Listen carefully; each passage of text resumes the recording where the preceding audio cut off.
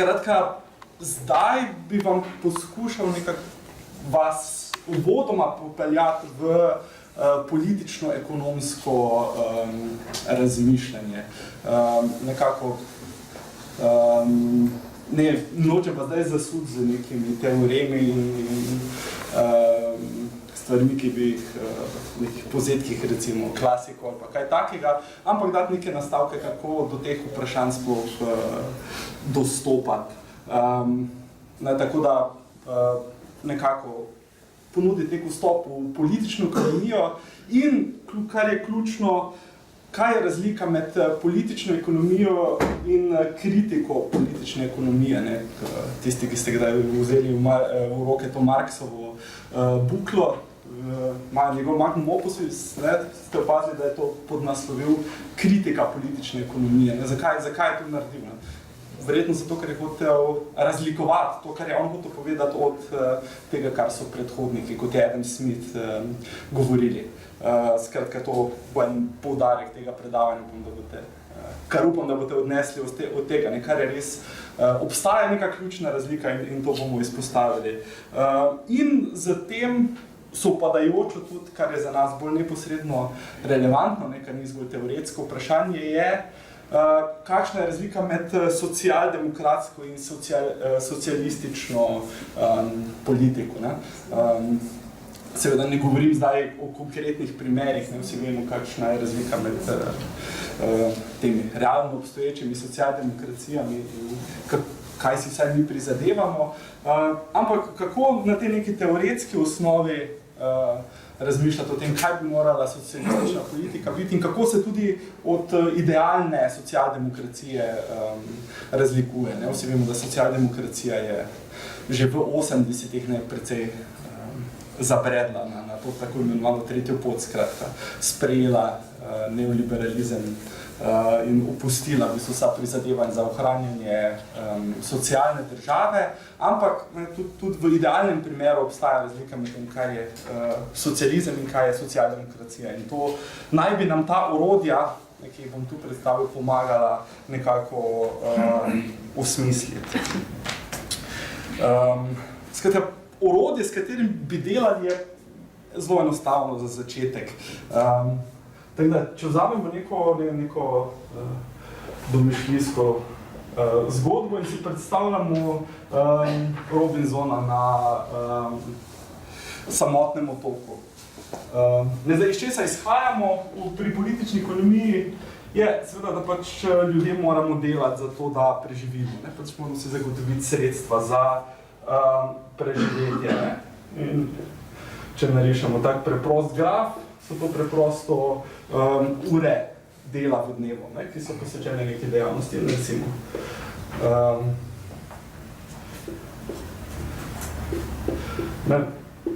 da ta Robinson na samotnem otoku porabi 5 ur dela za to, da zadovolji svoje potrebe. To je, da si zagotovi vse, kar potrebuje za preživetje.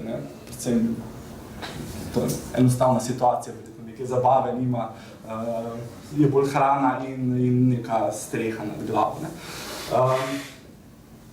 Zdaj pa seveda, če hoče preživeti, to ne more nehati po 5 urah, ampak najmanj, kar mora narediti, je k temu dodati, še recimo 1 uro, zato da obnavlja svoja orodja. Pri svojem delu si je verjetno izdelal neka orodja in ta se pač skozi čas obrablja. Skratka, vsak delovni dan je treba poleg tega, da proizvedemo to, kar zaužijemo, nameniti še nekaj časa, da zrihtamo orodja, ali da popravimo, ali pa da naredimo nova tista, ki so se obrabila. In to je nekako minimum, ki ga mora zadovoljiti vsaka delujoča človeška družba. Če noče nazadovati, najmanj, kar mora narediti, je to, da pač proizvede to, kar potrebuje za preživetje, hrano, prebivališča in pozneje seveda pridejo še kultura in druge stvari, ki niso zgolj za preživetje, ampak tudi za živetje, za uživanje življenja, ampak poleg tega še nekaj časa, da vsaj obnovi ta sredstva, ta orodja, ki jih uporablja za to, da proizvaja to, kar potrebuje za življenje. To je precej samoumevno. To je absolutno nujno. Zdaj pa, ne, če je naš Robinson ambiciozen in želi mogoče v prihodnje bolj učinkovito delati, si zagotoviti boljše prebivališče, izdelati boljša orodja, ne, pa nameni še nekaj časa dodatnega, recimo še 1 uro, vsak dan za to, da izboljšuje orodja, ne, da pač to zemljo, recimo, da ima neko zemljo, ki jo obdeluje, ne, da izboljšuje njeno rodnost, da postavi ograje, zato da ne vem, divje živali ne hodijo, ne, in jejo pridelka in tako dalje. Ne. In to je pač tisto, s katerim pač izboljšuje, recimo, temu produkcijska sredstva, skratka, ne v tem delu obnavlja, ne to, kar uporablja v tem delu, pa pač ustvarja nova orodja, bolj učinkovita, ali pa se pač odločil, da bo opustil, ne vem, poljedelstvo in bo šel v živinorejo in rabi pač neko drugo opremo za to. Ne, zdaj, v žargonu ekonomskem ne obstaja tudi besede za to, ne, ki jih lahko zdaj popolnoma neprimerno ne projiciramo nazaj na to situacijo. Ne. Ne, v ekonomiji rečejo ne, amortizacija, ne, to pomeni nadomeščanje ne, teh strojev, ki se obrabijo, ne karkoli že pač je, računalnik ali stroj. Ne, tisto, kar pač je pa akumulacija. Ne, akumulacija zagotavlja sredstva za nove investicije. Ne. Konec koncev lahko o vseh teh stvarih razmišljamo na tak način. Zdaj, kaj je pomen vsakega dela? Ne? Če opazite, v bistvu, to je končni cilj. Ne? Seveda, vse, kar počne tu, počne za to. Ne? Zdaj smo še vedno ne, v tem hipotetični situaciji zapuščenega otoka, ne, z enim človekom, v bistvu počne zaradi tega. To je cilj. Ne? Ampak resnično pomembne odločitve so pa tu. Ne? Tu pač potroši to, kar ustvari, ampak to, kako bo pa pač živel v prihodnje, se pa zagotavlja ne, tu. Ne? Kot sem prej rekel, ali se odloči, da bo, ne vem, opustil poljedelstvo in šel v živinorejo, bo pač ta sredstva preusmeril nekam drugam, ne? Ali bo ustvaril takšna orodja ali drugačna. Ne? To je zdaj bistvena razlika, ki jo imam. Ne? Skratka, pomembne odločitve v prihodnosti so v bistvu tu, ne tu. Ne? Ampak, ne, dokler imamo takšno situacijo z enim človekom, je ta zgodba precej dolgočasna. Ne? Kot ste sami opazili. Ne? Skratka, to, da izboljšuje svojo potrošnjo, da boljše živi, je v bistvu cilj, ne? Na katerega ta človek, ki še ni razklan, ne sprejema te odločitve in tu ni nobenega konflikta, nobenega protislovja. On sam se odloči, a bo mogoče delal še 8 uro, ne, zato da bo v prihodnje še boljše živel, ali pa mogoče ne potrebuje več in bo delal manj. Na tej točki, tukaj situacija takšna ni kaj veliko za povedati. Ne. Situacija postane bolj, recimo temu, zanimiva in konfliktna, ne, ko dobimo, recimo, Robinson ima nekega domorodca Petka. Ne. Ko pa ta delitev ni več neka abstraktna shema, ampak dejansko postane družbena delitev.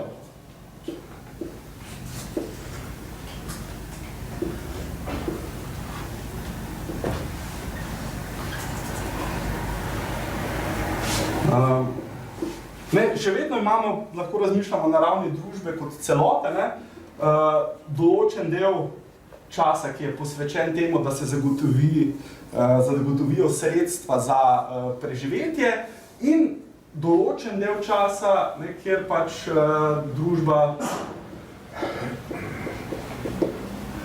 zagotavlja ne, ta sredstva, da obnavlja orodja in da zagotavlja nova orodja. Ne, za ta shema ne, jo lahko uporabljate za vse družbe. Ne. Tudi če gledate družbo feudalizma, lahko ugotovite, da je nek presežek, kjer ni prav veliko, ampak vseeno, ne, so nekaj ponekod včasih vlagali v rodovitno zemljo, ne, čeprav ne prav veliko. Ne.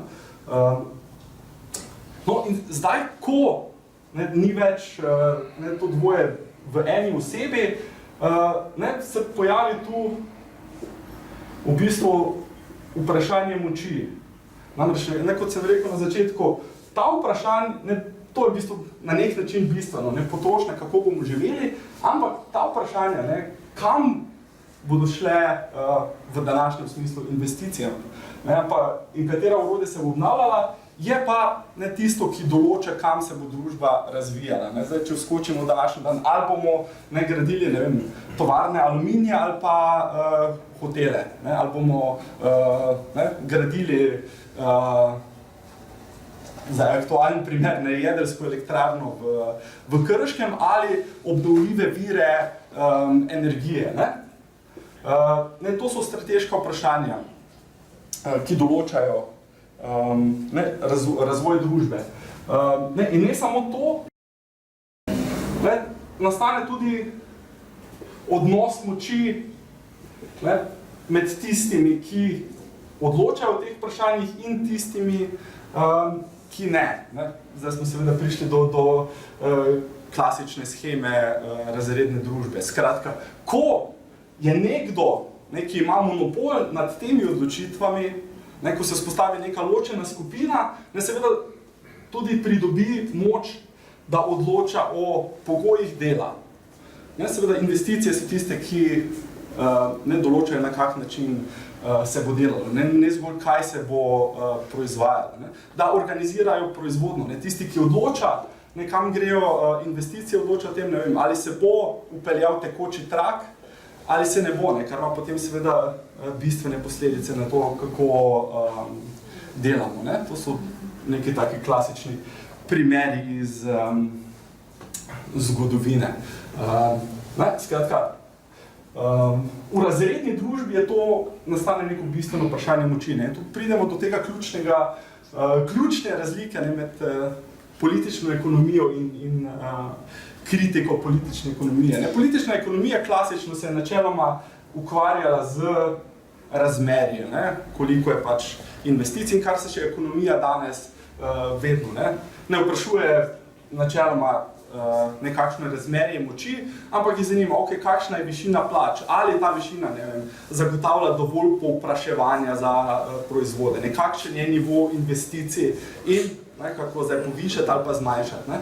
Ta ekonomija se ukvarja ne, z tem, ali bo ta črta malo višja ali malo nižja. Ne. Ali so plače malo nižje, pa je ne vem, več investicij, več, ne, ali pa je obratno, ali pa je pač, no, skratka, ne, z številskimi razmerji.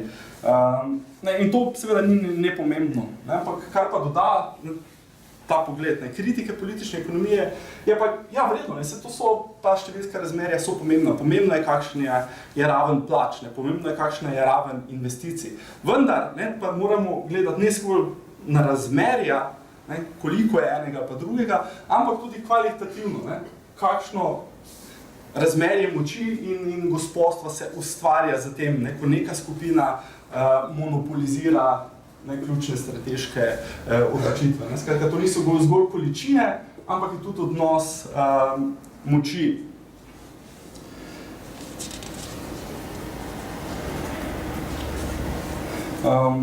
Ne, tako da bi lahko eno shemo na kratko zdaj narisali, ne, če nam ta ne, to orodje, ki smo ga zdaj narisali, nekaj, kako lahko pomaga razumeti bistven značaj družb. Ne. Če imamo ne, feudalizem, kapitalizem in socializem, ki bo v prihodnosti, lahko postavimo nekako 3 vprašanja. Ne. Kdo razpolaga za tem presežkom? Ne, kdo je tisti, ki sprejema te odločitve? Ne, kako ga pridobiva? In recimo, kaj je cilj, kaj poskuša za tem doseči, pa da se malo narobe, takole.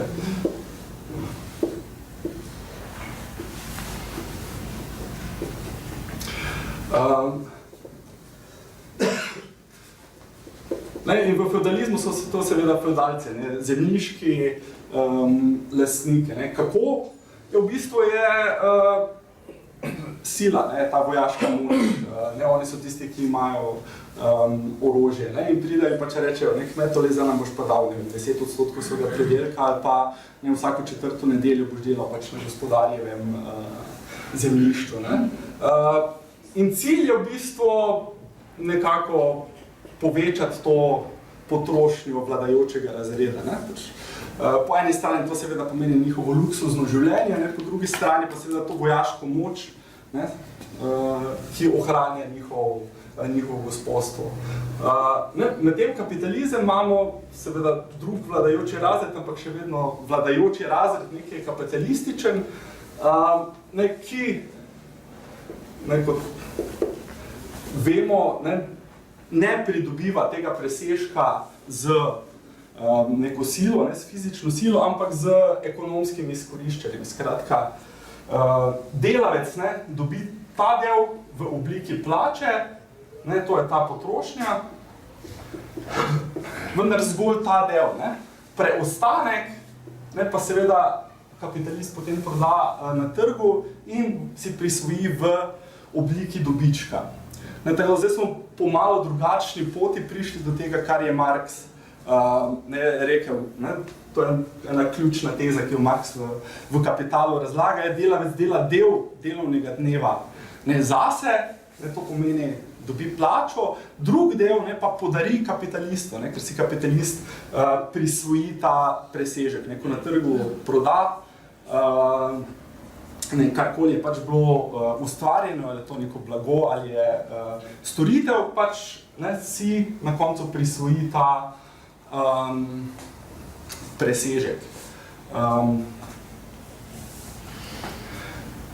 In cilj je v bistvu povečevanje profita. Skratka, cilj kapitalizma je konkurenca, v bistvu cilj kapitalista s tem, da ta del čim bolj povečujejo. Zdaj, še ena stvar, ki recimo čisto praktično iz tega izhaja, verjetno ste zasledili kakšna ta poročila, zdaj ne vem koliko je, mislim, da 8 najbogatejših zemljanov ima toliko kot spodnja polovica človeštva. Treba je to stvar prav razumeti v tem kontekstu. Ne gre za to, da imajo ti ljudje na tisoče in tisoče jaht, pa milijone hiš. Skratka, ne gre za to, da imajo oni toliko sredstev za lastno potrošnjo. V glavnem gre za to, to so deleži podjetij, v podjetjih. In to njihova vrednost v bistvu pomeni, ne to, da oni blazno luksuzno živijo in bojo vse te milijarde potrošili, ampak ker niti delčka tega, s čemer razpolagajo, ni sploh mogoče v 10 človeških življenjih potrošiti. Kar se v resnici gre pri tem, da 8 ljudi obvladuje večje bogatstvo kot spodnja polovica človeštva, gre ravno za ta odnos moči. S tem, ko obvladujejo te deleže podjetje, ravno oni z svojimi odločitvami lahko vplivajo na to, v katero smer se bo družba kot celota razvila, v katere dejavnosti se bo investiralo in v katere dejavnosti se ne bo. In seveda si mislite, da ni prav veliko med njimi, ki bi investirali na tak način, da bi spodkopovali svoj položaj. Seveda jih trg tu omejuje, pri tem konkurenca in kaj so potrošniki pripravljeni kupiti, ampak ključna stvar je, rdeča nit, ki gre skozi vse te dejavnosti, je pa pač, da bodo gotovo vsi zainteresirani za to, da vzdržujejo to delitev, ker ohranjajo razpolaganje s presežkom kot svoj privilegij. Zdaj bom moral malo...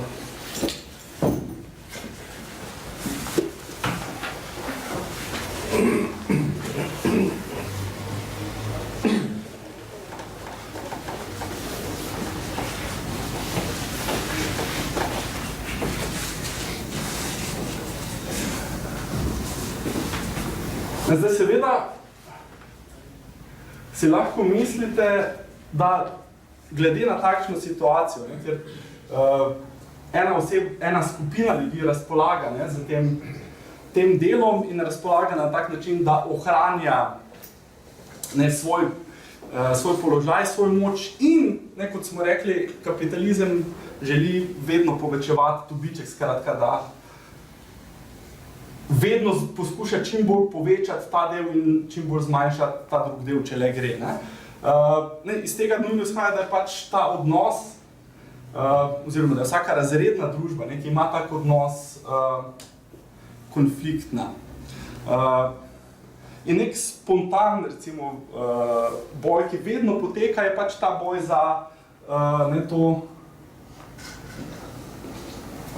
porazdelitev, ne?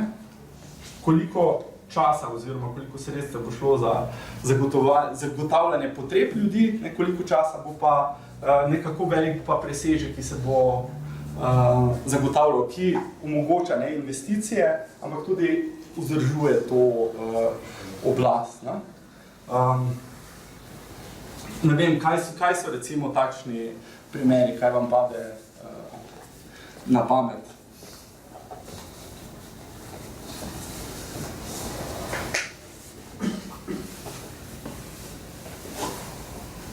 Eno so, ne vem, višina plač. Ne, to je tak najbolj očiten primer. Ne. Više kot so plače, ne, več imajo delavci za, ne, svojo potrošnjo, ampak to pa tudi pomeni, da je konec koncev ta delež, ki ostane kapitalistov, manjši. Ne, to je en, recimo, poskus. Ne. Če so plače više, gre ta del malo bolj gor, ne, če so nižje, seveda pada. Ne. To so pač neki boji, ki ves čas spontano potekajo, ne da bi bila kakšna revolucionarna stranka, ki bi morala to govoriti, ne dajte pač se boriti za višje plače. Delovni čas, ne, seveda ob istih plačah je ne, druga stvar, okoli katere ti boji vedno potekajo. Ne. Spet, če boste brali Kapital, Marx tam en zelo velik del ne, knjige posveča ravno temu vprašanju, ne, ker v 19. stoletju dolžina delovnega dne, torej v začetku 19. stoletja v Angliji sploh ni bila regulirana. Ne. Ljudje so delali 14, 15, 16 ur na dan. Ne. In to je bil nek ključen boj, ne, okoli katerega se je povezal delavski razred. Anglija je bila ravno regulacija delovnega časa, dajmo pač neko mejo temu postaviti. Ne. Začelo se je z otroci, potem ženskami in na koncu je postalo splošno in po drugi svetovni vojni nekako to, vsaj tu v Evropi in Ameriki, postane 8-urni delovnik nekako splošno razširjen. Ampak to je bila posledica dolgega boja, ne, ki še v bistvu danes poteka. Ne. Se vidimo, tudi danes sindikati opozarjajo na neurejenost nadur. Ne, ljudje upravljajo vedno več neplačanih, nereguliranih nadur. Ne, skratka, to ni bolj, ki skozi poteka. Ne, seveda tudi tempo dela, ne, s kakšno hitrostjo se dela. Ne. To je pač nekaj, kar načeloma delavcev v interesu, da je nek človeški tempo, ne, ki ga lahko zdrži. Na drugi strani, ne, če je cilj čim bolj povečati ta presežek, ne, je ne, cilj tudi čim bolj povečati tempo dela, ne, in s tem na tak način zagotoviti presežek. In mogoče malo bolj posredno so še socialni transferi. Ne. Socialni transferi seveda v določeni meri, ne, jemljajo iz tega presežka, zato da zagotavljajo potem ne, te družbene potrebe. Skratka, recimo obdavčitev dobička, ne, jemlje nekaj tu zgor, zato da ne, ljudem, ki si sami ne morejo zagotoviti preživetja, omogoča preživetje in tudi na nek način ne, premika to mejo. Ne. To so nekako neposredni načini, vse so pa še potem posredni. Višina brezposelnosti. Ne. Vemo, da zelo nizka brezposelnost, ne, delavcem omogoča boljši pogajalski položaj, posredno vpliva na plačanje. Višje, ko je brezposelnost, ne, vemo, šefi rečejo, da jih imam pred vrati, ne, delaj za to plačo ali pa se spokaj. Ne. Če ni nikogar pred vrati, je situacija drugačna. Ne. Seveda, delovanje sindikatov je takšna stvar, ki zelo pomembno vpliva na to, ne, ali so delavci organizirani ali ne, ali so zmožni potem doseči višje plače. neka delovnopravna zakonodaja, ne, seveda, ki omejuje to, kar lahko nek menedžer v podjetju naredi. Skratka, to so zdaj vsi neki boji, ki spontano potekajo v vsaki razredni družbi. Ne. V feudalizmu so bili boji okoli stare pravde, kot so rekli, ampak spet je šlo za isto stvar. Ne. A boste pobrali desetino našega pridelka ali bomo več ohranili. Koliko bomo delali na gospodovem posestvu in koliko nas boste še s kakimi davščinami udarili. Skratka, spet je šlo točno za to vprašanje. Nekoliko bo ostalo tistim, ki delajo za njihovo preživetje, nekoliko si bo pa tisti razred, ki vlada, prosvojil zase.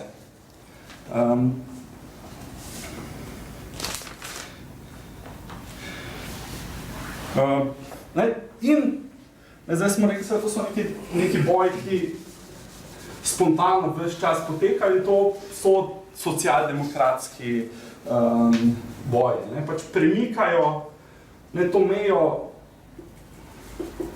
gor ali pa dol, ampak v resnici tega temeljnega odnosa gospodstva, skratka, da nekdo z razpolaganjem s presežkom ima moč nad drugim, tega vprašanja pa konec koncev ne morejo spremeniti. Plače so višje ali nižje, ampak to dejstvo samo po sebi ne spreminja tega odnosa.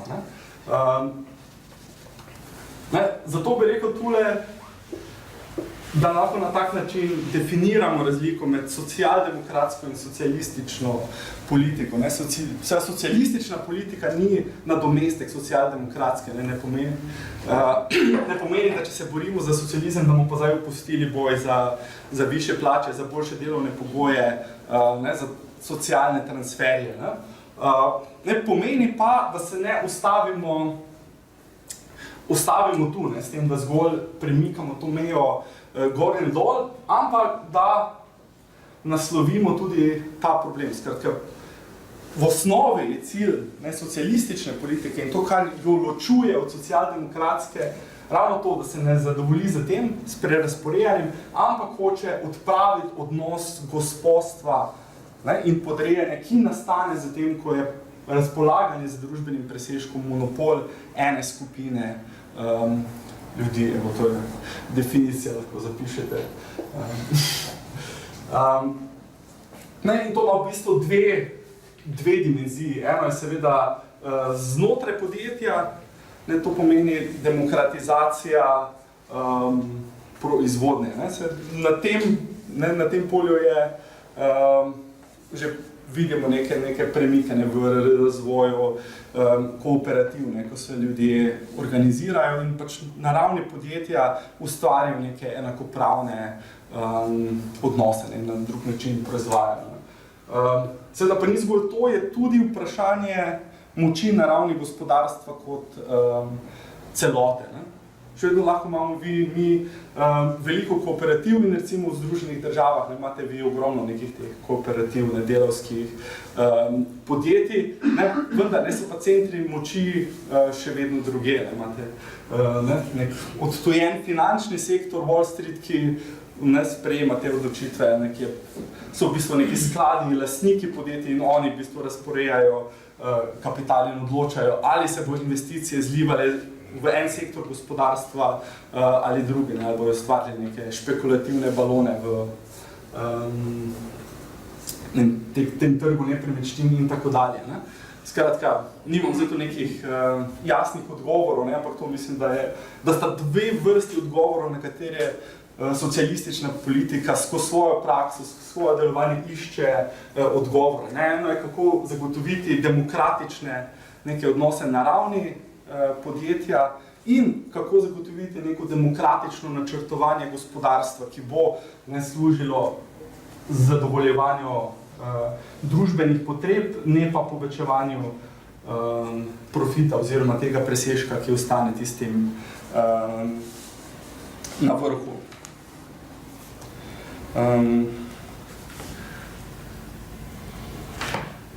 Tako da zdaj bom prešel počasi k zaključku. Tako da mogoče en kratko povzetek. To je neko orodje, recimo, s katerim lahko začnemo razmišljati o politični ekonomiji in o teh vprašanjih. Ne. V bistvu smo po malo drugačni poti prišli do približno iste točke, kot Marx nekaj govoril, kako delavec dela en del zase, en del za kapitalista. Ne. Ključno vprašanje je ravno tu, kot sem poudaril, ne gre zgolj za neko razmerje, bo je plače nizka, visoka, ampak ključno za nas kot socialiste je, da razumem to kot odnos moči in iz tega vzhaja razlika in med politično ekonomijo in temu, kar je Marx rekel, kritika politične ekonomije, to mislim, da je ta ključni presežek, pa nova stvar, ki jo je dodal, da je razumel to v osnovi kot odnos moči, ne zgolj kot razmerje količin in iz tega tudi izhaja ključna razlika med recimo temu neko idealno socialdemokratsko politiko, ki se ukvarja z temi razmerji, premikanjem te meje in socialistično politiko, ki je pa presežek nad socialdemokratsko, ne da zgolj hoče premikati to mejo, ampak da hoče odstraniti to razmerje gospodstva in moči. Tako da, na kratko, spet lahko rečemo, kaj so neki recimo temeljni postulati naše kritike kapitalizma, s katerih izhaja politika. Prvič, da delavci lahko delajo le tako, da vstopajo v ta odnos izkoriščanja. Spet, to ni nobena nova ugotovitev, to vemo vsaj od Marxa v resnici že prej. Skratka, to je nekaj, kar že obstaja in ni mogoče pač delovati v družbi, da bi vstopili v ta odnos. Gonilna sila kapitalizma, smo rekli, da je povečevanje tega dela, presežka, z katerim razpolaga kapitalist. To pomeni, da se kapitalizem ne samo sam sebe ohranja, ampak dolgoročno, ravno skozi ta mehanizem, sam sebe, ne samo da ohranja ta odnos moči, ampak ga tudi poglablja. Res je, da delavci skozi leta dobivajo višji življenjski standard. Če gledate od začetka kapitalizma, praktično od 19. stoletja, res je, življenjski standard se je postopoma izboljševal, vendar pa ta odnos moči se pa je ohranjal in krepil. In to imate čist konkretno ponazoritev tega v teh raziskavah, ki jih je delal Piketty. Verjetno ste, ki je zasledili, o tem se je veliko pisalo, ki je raziskoval, kako se v bistvu giba neenakost. In ena stvar, ki je odkril, da praviloma, če ni nekih hudih državnih intervencij, rastejo dohodki iz premoženja, torej med drugim so to tudi dohodki, ki izhajajo iz razpolaganja z kapitalom, praviloma rastejo hitreje kot dohodki iz dela. To je neka čisto taka ugotovitev, ki je na osnovi analize podatkov dobljena, ki potrjuje to tezo, da se to razmerje, če pustimo kapitalizmu prosto pot, ne samo ohranja, ampak celo poglablja. Skratka, kapitalizem ima ta mehanizem, s katerim se sam skozi svojo logiko obnavlja in potrebna je politična akcija, da ravno ukinemo to ločnico. Tako da na tej točki bi zaključil in prosim za komentarje, vprašanja. Še kaj dopolnil mogoče? Če bi še dopolnil mogoče? Ja, dajmo. Ok, kaj bi rekli?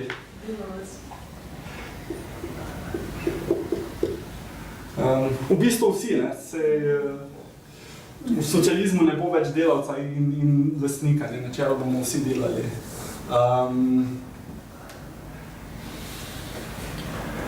Skratka, kaj je cilj? Seveda so kakovost življenja, lahko rečemo. Za vse. Za vse.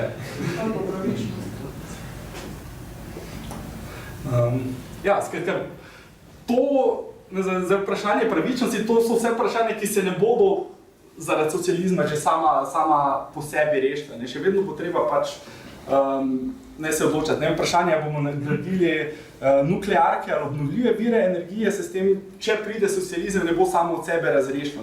Razlika pa bo, da bi v takem sistemu pač demokratično vsi odločali in imeli možnost vplivati na odločitev. Skratka, kako je pa, smo rekli, dva vrste odgovora. Eno je pač, če smo imeli že v teh krajih samoupravljanje, rečemo samoupravljanje, skratka demokratično upravljanje podjetij in neko demokratično planiranje gospodarstva. Skratka, če hočemo res poskrbeti, da gospodarstvo služi temu, da zagotavlja vsem kakovo življenja, ga ne moramo prepuščati neki slepoti trga, ampak moramo tudi imeti mehanizme, s katerimi vplivamo na to, kaj se bo proizvajalo in kako bo porazdeljeno.